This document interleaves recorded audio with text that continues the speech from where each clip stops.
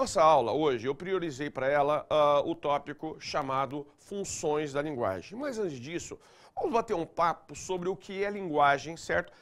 Para que ela serve e como nós a utilizamos no nosso cotidiano. Percebam, pessoal, a linguagem, obviamente, é a capacidade que o indivíduo tem, a capacidade que o homem tem, desde os primórdios, de se comunicar com o mundo que o rodeia. No começo da própria civilização, era uma capacidade muito mais rudimentar. Com o desenvolvimento da própria tecnologia, das mídias impressas, não importa, nós tivemos também um avanço dessa capacidade comunicativa. Digamos que a comunicação ela acontece em todos os momentos. A minha agora capacidade de gesticular, certo, de falar com vocês e interagir com vocês na sua casa, obviamente é uma capacidade comunicativa. Se eu utilizo um vocabulário adequado que atinja você, eu terei uma maior competência comunicativa. Se eu usar uma linguagem extremamente exagerada, que não prima o meu público-alvo, essa capacidade comunicativa, de repente, ela pode não ser tão eficiente. Então vamos lá. Drummond dizia que o usuário competente da língua é aquele que é capaz de, digamos assim, viajar pelos vários níveis de linguagem e atingir ao seu público com eficiência. Gente, isso é uma informação importantíssima para o Enem. Observem que a capacidade do leitor de ler o texto escrito, certo? E interpretar que mensagem aquele autor disse e marcar com competência a alternativa A, B, C, D ou E, certo? É justamente essa capacidade que o Enem vai estar verificando, certo? No decorrer da sua prova. Então vamos verificar no primeiro momento o que a gente chama de circuito da linguagem, o circuito da comunicação, as funções da linguagem e como que isso foi cobrado nas últimas provas. Legal? Quando nós falamos, pessoal, em comunicação, nós vamos perceber que existe um chamado circuito da comunicação. Esse circuito da comunicação ele é formado por, observem lá na tela em voga, primeiro o emissor. Quem é o emissor? É o elemento, é o indivíduo que produz a mensagem. Agora, neste caso, o emissor sou eu, professor Márcio Sobrinho, certo? Que estou falando para vocês sobre a prova de linguagem do Enem 2023-2024, certo? Depois, você vai ter o destinatário. Quem é o destinatário? É quem eu pretendo atingir com essa minha mensagem. No caso, são vocês, pessoas interessadas na aula, na dica de língua portuguesa sobre a prova de linguagem. Depois, nós temos o quê? Nós temos a mensagem. Quando se fala em mensagem, nós temos o quê? O conjunto de informações que nós vamos utilizar para quê? Para informar você sobre alguma coisa. Então, o conjunto de informações é justamente a questão da mensagem, certo? Depois, nós temos a questão do referente. O que seria o referente? O referente é justamente, vamos pensar, o tema central. O sobre o que você vai falar. Então, o sobre o que você vai falar é justamente a questão do referente. Então, vamos pensar que a mensagem que nós falamos, ela tem um viés nuclear. Este viés nuclear é justamente o referente. Depois nós temos o quê? O canal. O canal é o meio que o locutor, o emissor, ele vai utilizar para atingir o seu destinatário. No nosso caso aqui, internet, por exemplo, seria um viés que seria o nosso canal. O código. O código seria o quê? Seria o conjunto de símbolos que nós utilizamos para poder proferir essa mensagem. No nosso caso em particular, o código que nós usamos o quê? É a própria língua portuguesa. Eu estou usando agora um conjunto de símbolos gráficos, certo? Verbais, no caso, um conjunto de palavras que são da nossa língua portuguesa, e que permite perfeitamente a comunicação entre mim e vocês. Quando falamos de circuito da comunicação, nós vamos ter o quê? Nós temos que ter o emissor, o destinatário, o canal, o referente, a mensagem e o código. Ok? Agora vamos lá. Quando nós falamos desses elementos da comunicação, precisamos lembrar o seguinte, de uma maneira muito simples. Precisamos lembrar o seguinte, pessoal, que todas as vezes que nós proferimos uma mensagem, essa mensagem vai estar centralizada em um dos elementos da comunicação. Ou no emissor, ou no destinatário, ou na mensagem. E aí entra a função da linguagem, certo? Jacobson, lá na década de 60, ele estabeleceu que a língua ela vai se dividir, o texto propriamente dito, em 6 funções. E cada uma dessas funções, ela seria justamente para quê? Para dizer qual é a finalidade, qual é a função propriamente deste texto produzido. E a primeira função é a função emotiva. A função emotiva não é a função que você vai usar, por exemplo, na sua redação do Enem. A redação do Enem não vai primar pela função emotiva. Sabe por que não? Porque a função emotiva, ela tem a ver com a subjetividade, ou seja, com as emoções, com os ânimos deste locutor. Então, na realidade, o grande objetivo da função emotiva é a subjetividade. Seria o quê? Seria a visão pessoal, individual do leitor diante de um problema, diante de um fato. Você vai externar os seus sentimentos, as suas iras, os seus amores, as suas paixões, os seus ódios, não importa, certo? O que importa é que na função emotiva você vai ter a função da subjetividade. É um texto claro, é um texto clássico, para quê? Para, por exemplo, externar paixões, amor. Tanto é que os exemplos que vocês mais vão encontrar são sonetos. Os sonetos. E um dos clássicos sonetos da nossa literatura portuguesa brasileira, portuguesa no caso, é um soneto de Luís Vaz de Camões, em que ele disse: amor é fogo que arde sem se ver, é ferida que dói e não se sente, é um contentamento descontente, é dor que desatina sem doer. Se você parar para pensar, gente, um dos mais clássicos poemas da nossa literatura, certo? Ele representa o quê? Uma visão subjetiva, passional, do que é o amor diante de uma visão de um poeta, certo? Isso é subjetividade. Então lembra, pessoal, por que o Enem, a redação do Enem não vai primar pela função emotiva? Porque a subjetividade sua diante de um tema é o que menos importa. O que importa numa redação é justamente o quê, pessoal? O que nós chamamos de visão objetiva da realidade, visão científica, uma análise mais objetiva daquele fato concreto, ou daquele fato proposto, daquele problema apresentado a você. Por outro lado, você vai ter uma segunda função. Então vamos lá. A primeira função, que é a função emotiva, o texto vai centrar em quem? Vai centrar no emissor. É a visão subjetiva da realidade que esse emissor apresenta. Legal? Essa é a primeira. Segunda função importante. Quando nós falamos em função da linguagem, nós temos que lembrar da função conativa. A conativa ou apelativa, como vocês queiram chamar, é aquela que vai centrar justamente no quê? No destinatário. O texto que você produz, se a função é conativa, ele vai centrar em quem? No destinatário. Para quê? Para influenciar esse destinatário na sua maneira de agir, na sua maneira de pensar, coisas dessa natureza.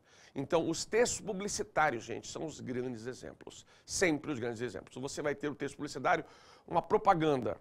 Você pega uma determinada propaganda, por exemplo, a propaganda quer o quê? Vender um produto, vender uma ideia. Imaginemos uma propaganda governamental acerca de vacinações. Veja, acerca da vacina. Ele vai dizer, por exemplo, que a vacina previne uma série de enfermidades, parará, parará, parará, e vai utilizar dados mostrando quantos por cento determinada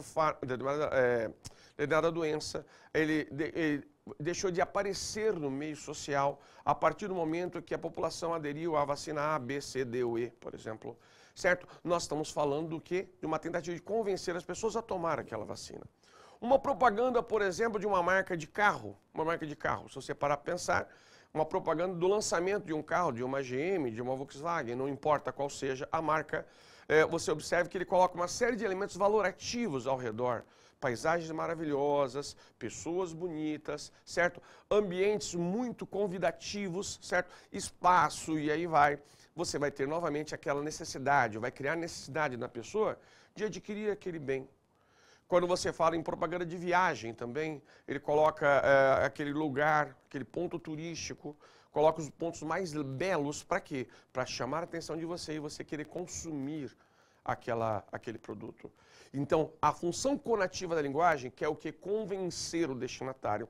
Por isso que o texto publicitário é o grande exemplo. A função conativa ou apelativa da linguagem, ela vai primar por dois elementos básicos. Quais são eles?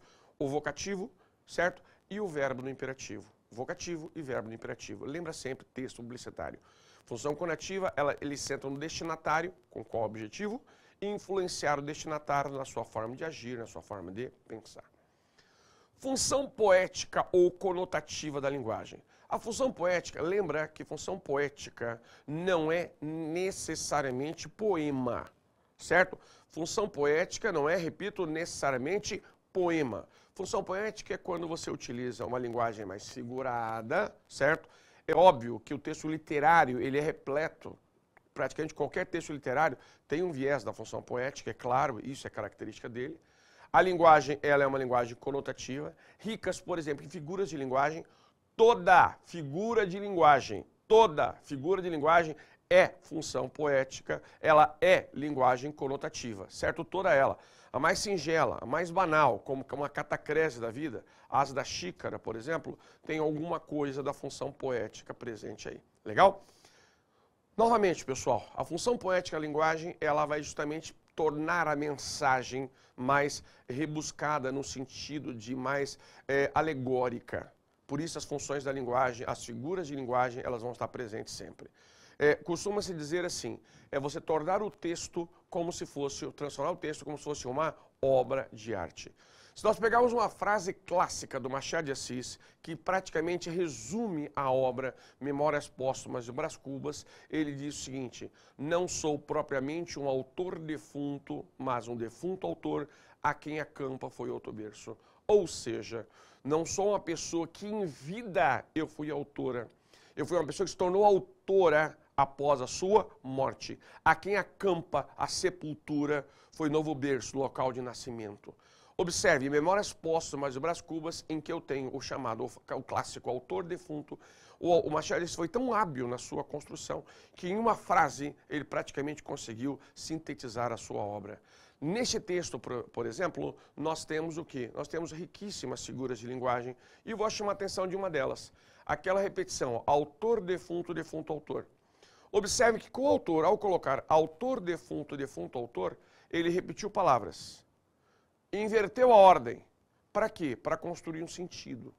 Esse jogo de sentido em que ele repete palavras alterando a ordem para uma construção de significado é uma figura de linguagem chamada quiasmo. Quiasmo. Isto é exemplo de da função poética da linguagem presente. É claro que você tem aí uma visão subjetiva da realidade. Eu não sou propriamente um autor, há um quê de função emotiva presente aí também. Óbvio que tem, pessoal. Você vai observar que as funções, elas nem sempre elas vêm separadinhas, bonitinhas. É normal que elas venham interligadas, isso é natural. Porque, gente, quando você produz um texto, você não vai ficar preocupado, agora eu vou usar a função emotiva, depois a função poética, depois... Tanto é que as provas geralmente falam da função que predomina, mas elas sempre vão estar concatenadas de alguma forma, elas sempre vão estar unidas de alguma forma. Legal? Esta é a chamada função poética da linguagem. Depois nós vamos ter a chamada função referencial. Esta sim, pessoal, vai ser aquela que você vai usar na redação. Esta sim foi aquela que você vai encontrar na sua prova inteira. Por quê? Porque quando um texto está centrado na função referencial, gente... O viés importante é a objetividade. É a objetividade da construção. Ou seja, não é mais a minha visão emocional, não é mais a minha visão passional, que foi exigida lá pela função emotiva, que foi a primeira que eu falei. Legal? Agora nós temos uma visão mais científica, mais objetiva, mais aceitável no público de um modo geral. Se eu falo, por exemplo, que tal produto, tal objeto, ele é verde, ele é branco, ele é amarelo, isso não vai depender da minha opinião, porque as cores já são convencionadas socialmente, certo? Isso é referencialidade, em que eu tenho um dado, uma informação, aceito convencional ou não, aceito socialmente como verdadeiro, certo? A referencialidade é justamente isso, é você trabalhar com dados, com informações, com análises objetivas, tendo como mãe, como viés, como base a ciência como um todo. Legal? Por isso, a função referencial da linguagem é a que vai prevalecer no seu texto, é a que vai prevalecer no seu texto da dissertação, certo? E detalhe, no texto argumentativo. E detalhe importante, a prova como um todo, a questão que você lê, esses slides que você está lendo, não são devaneios da minha cabeça. São dados objetivos concretos que foram, vamos dizer assim, colecionados em toda a história da ciência. Isso é função referencial da linguagem. Legal? Tranquilo? Está aí colocado a vocês. Então, a dissertação propriamente dita, a questão propriamente dita do seu Enem, da sua prova, de qualquer ciência, ela vai primar pela função referencial da linguagem. Aquilo não é um devaneio da cabeça de quem elaborou a prova, ao contrário, ali está como base a ciência. E você vai ter a função fática da linguagem. A função fática da linguagem, ela deixa praticamente a informação em segundo plano. Na função fática da linguagem, repito, eu tenho informação no segundo plano, sempre. A preocupação da função fática vai ser justamente o que, pessoal? Vai ser justamente se preocupar com testar o canal comunicativo. Por exemplo, imaginemos que agora eu esteja iniciando a aula, eu falo bom dia, boa tarde, boa noite, certo? Esse bom dia, boa tarde, boa noite é para perceber o seguinte, se o meu interlocutor, ele está atento àquilo que eu estou falando. Essas saudações, claro, que fazem parte da boa educação, ela tem uma situação além de ser educado. Testar o canal comunicativo, para logo à frente eu poder proferir a informação que pretendo. Então, falou, lembra isso, falou em função fática da linguagem, a preocupação é testar o canal comunicativo. Gente, função fática vai além de um simples alô, pronto, e aí vai. O Enem já cobrou várias vezes a função fática em textos muito mais delongados. E eu vou dar um exemplo bobo que eu vou inventar aqui agora, mas que você tem várias crônicas por aí e eles cobram, às vezes, essas crônicas. Imagina assim. Imagine duas pessoas estão conversando e elas guardam entre si uma série de informações compartilhadas. Um começa a conversar. Você foi lá ontem? Fui. Falou com ele? Falei.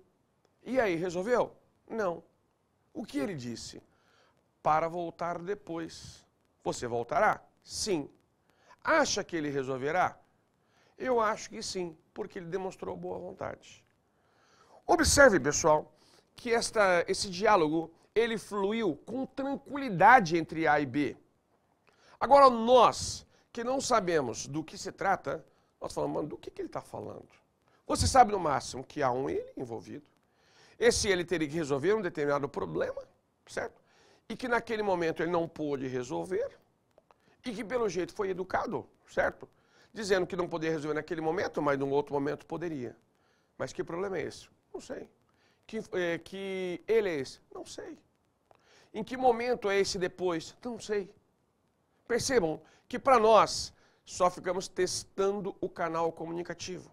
Por mais que entre A e B a informação, o diálogo tenha fluído, para nós que não sabemos e não temos essa informação compartilhada, sequer sabemos do que eles estavam falando. É um exemplo típico de função fática da linguagem. Então, quando você pegar um texto, pessoal, repleto de subentendidos, em que você percebe que o diálogo entre os interlocutores, ele flui com tranquilidade, ele flui com desenvoltura, certo?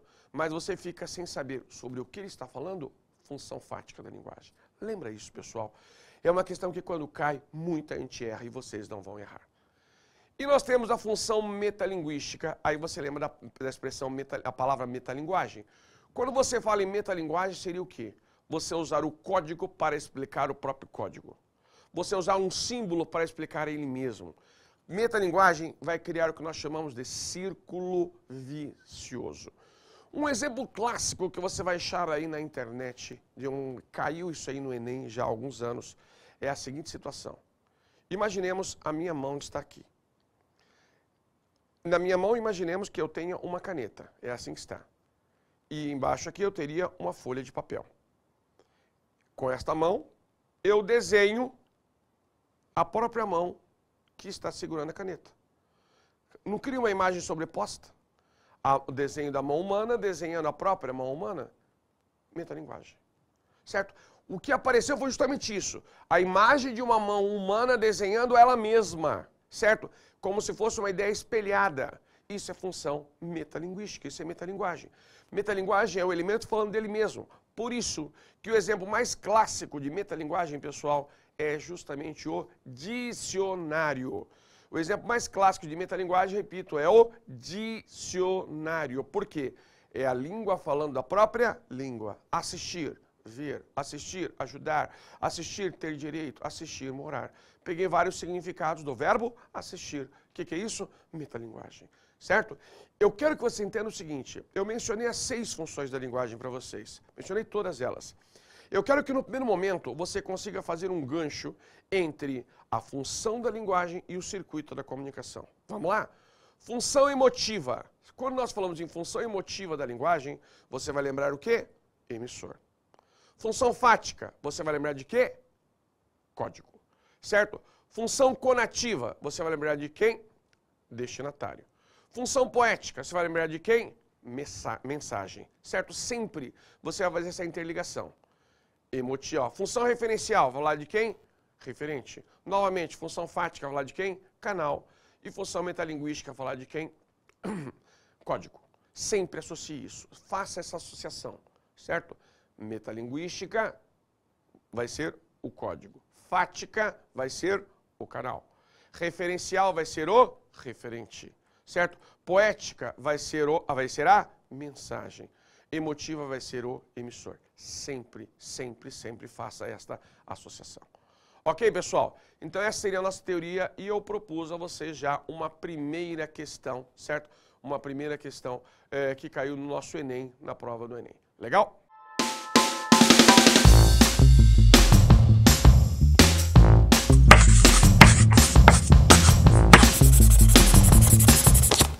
Bem-vindo ao Mídia Max, sua fonte de notícias em Mato Grosso do Sul. Há mais de 20 anos, o Mídia Max tem sido a sua fonte confiável de notícias na região. Desde 2002, nosso site é o coração da nossa missão jornalística, gerando um dos maiores volumes de conteúdo regional no Brasil. Somos um jornal híbrido, oferecendo notícias tanto na forma impressa quanto online. Você escolhe como quer se manter informado. Nossos programas diários e semanais mantêm uma audiência fiel. Por isso somos líderes nas pesquisas em Mato Grosso do Sul. Sempre atentos às tendências, elevamos o nível em nossas publicidades e informações. Espalhamos painéis de LED informativos pela capital e outras cidades do estado. E não podemos esquecer das nossas redes sociais. Com 22 mil inscritos no YouTube, 125 mil seguidores no Instagram, 485 mil no Facebook e 44 mil no TikTok, nosso alcance é significativo. Mídia Max. Mais de 20 anos de história trazendo notícias para você, tudo em um só lugar.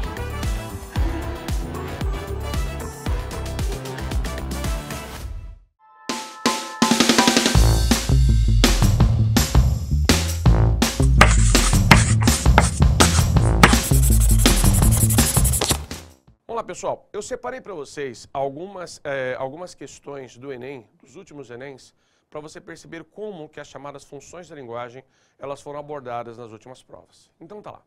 Projeto na Câmara do BH quer a vacinação gratuita de cães contra leishmaniose. A doença é grave e vem causando preocupação na região metropolitana da capital mineira. Ela é uma doença grave, transmitida pela picada do mosquito palha e afeta tanto os seres humanos quanto os cachorros. A leishmaniose, por ser um problema de saúde pública, a doença pode ganhar uma ação preventiva importante, caso um projeto de lei seja aprovado na Câmara Municipal de Belo Horizonte.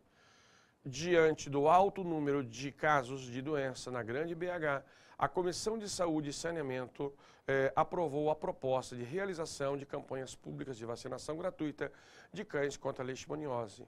Tema do projeto de lei 407/17, apreciado pelo colegiado em reunião ordinária no dia 6 de dezembro. Disponível revistaencontro.com.br. Vamos lá. Este é o texto. Vamos à questão, pessoal. Essa questão, além de cumprir a função informativa da linguagem, assume um papel de, observe, ele colocou lá, fiscalizar as ações de saúde e saneamento da cidade. Observe que o objetivo não é fiscalizar, de maneira alguma o objetivo é fiscalizar, certo? Defender serviços gratuitos de atendimento à população. Novamente, o objetivo não foi defender serviço gratuito, e sim o quê? Conscientizar a população sobre o problema de saúde pública. Observem que ele está chamando a atenção de que a população, de modo geral, tem que ser o quê? Conscientizada acerca do problema da leishmaniose. Propor campanhas para ampliação do acesso a serviços públicos, não. E depois, responsabilizar os agentes públicos pela demora na tomada de decisões, também não. Observem que ele está chamando a atenção sobre a aprovação de um projeto de lei e esse objetivo sempre é a questão da conscientização. Por isso, a resposta adequada vai ser a letra C da linguagem. Ok? tranquilo?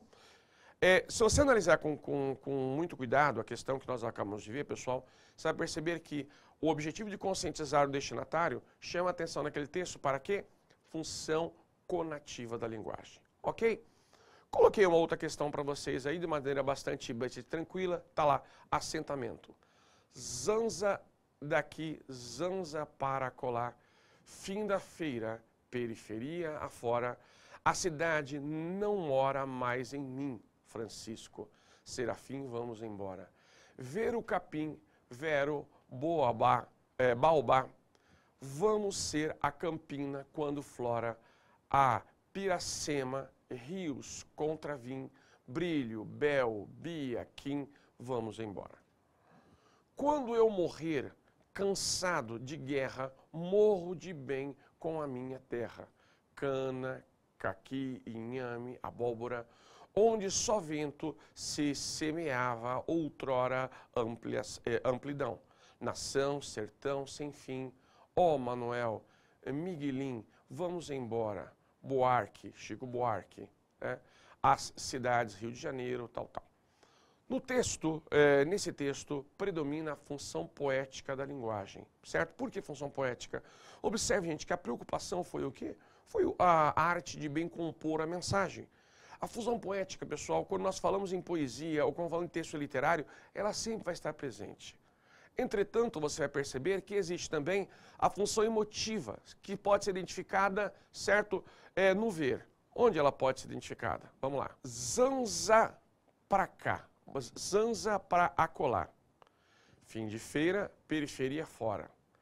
A cidade não mora em mim, onde só vento se semeia outrora, o Manuel Miguelim. Percebam, se eu trabalho com função emotiva da linguagem, eu tenho que lembrar o seguinte, função emotiva tem a ver com o quê? Tem a ver com a subjetividade da realidade. Qual é a marca básica da função emotiva da linguagem? A utilização da primeira pessoa. E a utilização da primeira pessoa nós temos onde? Zanza para colar? Não. Fim de feira, periferia fora? Não. A cidade não mora mais em mim. Tá aí, ó, não mora em mim. Quer dizer, uma visão subjetiva da realidade. Essa cidade não está mais dentro de mim, está em outras pessoas, certo? Outros componentes, não mais em mim. Onde só vento se semeava outrora, certo? Ele, no caso aí, você pode até dizer que ele está numa situação nostálgica. Alguma coisinha ali ocorre, mas uma análise que ele fez, o Miguel, o Miguelim, não, está fazendo a intertextualidade. Em resumo, a resposta adequada vai ser a letra C, e eu quero que vocês saibam de maneira bem clara por quê. Porque quando eu falo em função emotiva da linguagem, eu tenho que lembrar a visão subjetiva. E a visão subjetiva da realidade, ela é marcada pela primeira pessoa. A visão subjetiva da realidade, ela é marcada pela primeira pessoa sempre. Legal? Por isso, resposta adequada, letra C. Letra C. Função emotiva, visão subjetiva da realidade. Beleza? Bom, pessoal, aí nós tivemos algumas questões associadas à questão das funções da linguagem. Um tema importante. E eu também gostaria de chamar a atenção de vocês sobre a questão dos níveis de linguagem e sobre a questão também das funções da linguagem. Vamos falar dos níveis de linguagem. É assim, quando você monta um texto, esse texto ele vai ter várias maneiras de escrever, várias maneiras de serem abordadas. E aí essas maneiras de escrever, essa maneira de abordar o texto são os vários níveis. E aí você vai ter, por exemplo, o nível culto da linguagem. O nível culto da linguagem, pessoal, ele é exatamente este que nós estamos usando agora, certo? Respeito à gramática normativa, é o que vai, um texto de lei, por exemplo, ele vai representar justamente esta questão do nível culto da linguagem. Respeito à gramática, por exemplo, seria uma característica básica. Quando você quebra a questão gramatical, você quebrou a gramática, você já vai ter o quê? O nível coloquial da linguagem. Esse nível chamado coloquial da linguagem é quando nós falamos, por exemplo, a gente precisa conversar. Essa expressão a gente, ela é sempre coloquial, sempre coloquial. Isso seria a diferença entre o nível culto e o coloquial. No nível culto eu diria, nós precisamos conversar. No nível coloquial eu diria, a gente precisa conversar. Então, no nível coloquial você vai ter uma certa quebra a gramática normativa, e no nível culto você vai ter o quê? Você vai ter o respeito total à gramática normativa. Além do culto do coloquial, você vai ter o quê? A linguagem técnica, ou o nível técnico da linguagem. O nível técnico é utilizado, por exemplo, pelos profissionais, médicos, dentistas, advogados, professores, certo? Técnicos de informática, engenheiros, e aí vai, sempre respeitando o quê? Uma linguagem mais científica. Você vai ter um nível regional. O nível regional da linguagem seria quando você respeita as peculiaridades de uma determinada região, do sul, do sudeste, e aí vai. Você vai ter a linguagem, o nível caipira, ou a linguagem caipira, em que representa, às vezes, aquela linguagem mais do interior. Em resumo, pessoal, quando nós falamos em nível de linguagem, é quando você percebe, você respeita uma particularidade da língua de acordo com um determinado grupo social. Porém, lembra sempre que o nível culto é o que vai prevalecer no Brasil inteiro, que vai prevalecer em toda uma sociedade como o chamado padrão, a língua padrão. Respeito a concordância, regência, acentuação, entre outras coisas. Legal? E por fim, pessoal, vamos lembrar algumas chamadas figuras de linguagem. Quais são as nossas figuras de linguagem, as mais importantes que merecem destaque? Metáfora. Lembra sempre da metáfora. Comparação ideológica. É corriqueiro cair a metáfora em praticamente qualquer prova. Comparação ideológica. Se eu falo, por exemplo, amor é fogo que arde sem se ver. Amor não é fogo, literalmente. Não é chama, literalmente. Mas é como se fosse. Estou comparando ideologicamente o amor, a ideia de fogo. Metonímia é uma outra figura de linguagem importante. Metonímia seria a troca. Metonímia seria a substituição de um elemento pelo outro com o que mantém relação de sentido. Falou em metonímia, nós estamos falando em substituição. Por exemplo, o autor pela obra, Li Camões. A parte pelo todo. Aquelas mãozinhas brincavam alegremente no salão da casa. São crianças brincando, a parte pelo todo. Tudo bem? Isso nós chamamos de metonímia. Duas figuras, pessoal, que caem bastante nas provas do Enem.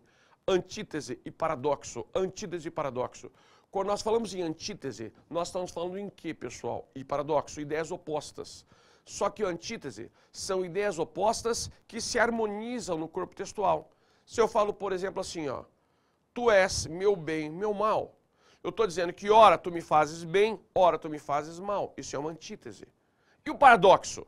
São ideias opostas, mas que se misturam de tal maneira, de tal forma, que você não sabe quando começa um e quando começa o outro. São ideias opostas que geram absurdo. Por exemplo, tu és o bem que me faz mal. Tu és o mal que me faz bem. Parece conversa de doido. Como é que um bem pode fazer mal? Ou no poema de Camões de novo. Amor é fogo que arde sem se ver. É ferida que dói e não se sente. Como a ferida pode doer e não ser sentida? Isso é um paradoxo. Ele está dizendo que o amor ele é paradoxal. Outra figura que merece destaque, pessoal, é a prosopopeia ou personificação. Quando falamos em prosopopeia ou personificação, nós estamos falando do quê, pessoal? Humanização. Atribuir características humanas a quem não as possui. Os raios solares adentraram o meu quarto, anunciando a chegada de um novo dia. Como que raio solar vai entrar? Entrar numa atitude humana. O nosso hino nacional. Ouviram do Ipiranga as margens plácidas de um povo heróico brado retumbante. Como é que as margens tranquilas do rio Ipiranga vão ouvir alguma coisa? Isso é característica humana, certo? Característica humana atribuída a rio. Isso é prosopopeia, isso é personificação. Então essas figuras, pessoal, elas caíram nos últimos anos em provas, então chama a atenção de vocês em relação a elas. Então, gente, cuidado. Os temas mais cobrados foram justamente estes que eu abordei com vocês hoje. Quais foram? Vamos lá? Figuras de linguagem, funções da linguagem e níveis de linguagem. Deem atenção a esses 3 tópicos que eles são de suma relevância. Ok, meus queridos. Gente, uma excelente prova para vocês. Espero que as dicas tenham sido muito úteis e até um próximo encontro, pessoal. Grande abraço.